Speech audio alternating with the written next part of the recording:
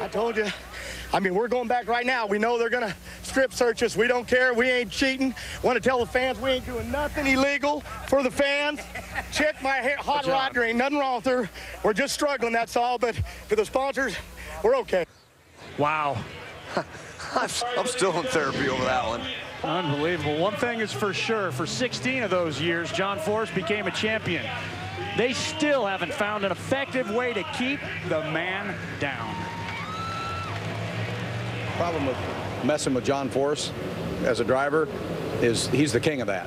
I mean, there's nobody can hold you up longer, can, you know, do a longer burnout than you, can back up slower than you, can, you know, make you wait for the second bob, can go in before you think he's going to go in. I mean, he's a master of that. So I don't ever do that crap with John because it just really doesn't work out well for you usually.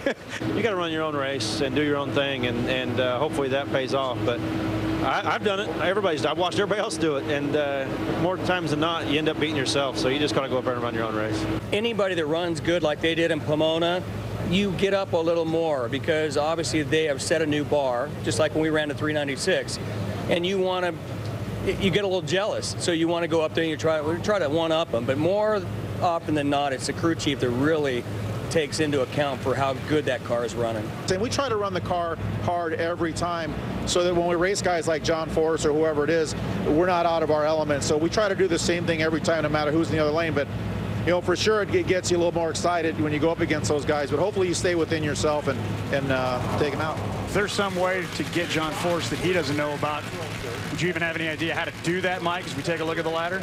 Well, I mean, you obviously got to get in your head, and from time to time, drivers have done it, especially those, you know, rivals we talked about. But usually, well, not usually, almost every time, John Force eventually comes out on top. You might get him once or twice, but in the end, he usually figures it out, and then it always ends up just who has the better car. Well, if you want a tutorial, go talk to Jack Beckman. He does have a pretty good round record against John.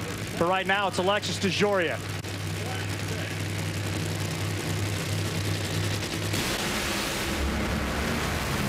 She's gonna do it. She's gonna go to the finals. Nice run, too. 4:05. Wow, Alexis and Tommy D are in the zone right now, and Connie Coletta is smiling. So how about this? 2 professional categories that run nitromethane. One half of the finals represented by the females. John up in smoke. Yeah, John's been doing that pretty much all weekend long. It was amazing. He only been down the racetrack 2 times this weekend, and yet he still got a semifinal finish out of it. Alexis has had a very good race car all weekend, and she's doing a good job driving.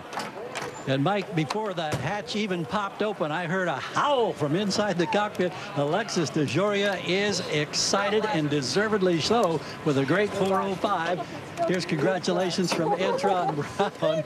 And we'll get a word here with Antron. You're going to the final, and a lot of drama. That race with Doug Coletta, about as good as you could ever hope for. Absolutely, and you know what, Gary? Ain't no love lost between me and Doug, man. That was a fist fight right there, and hey, it's tool wars, you know what I mean? So we come out with one right now this year, and we've got to stay in it to win it, man. All these cars are running hard, brother, and that's like a final round. Every round's a final round, but to win, it's going to be a tough final round here with Brittany. We got a sophomore in there. We got to go after that Castro car because we're not over right now, man. We want to keep on marching.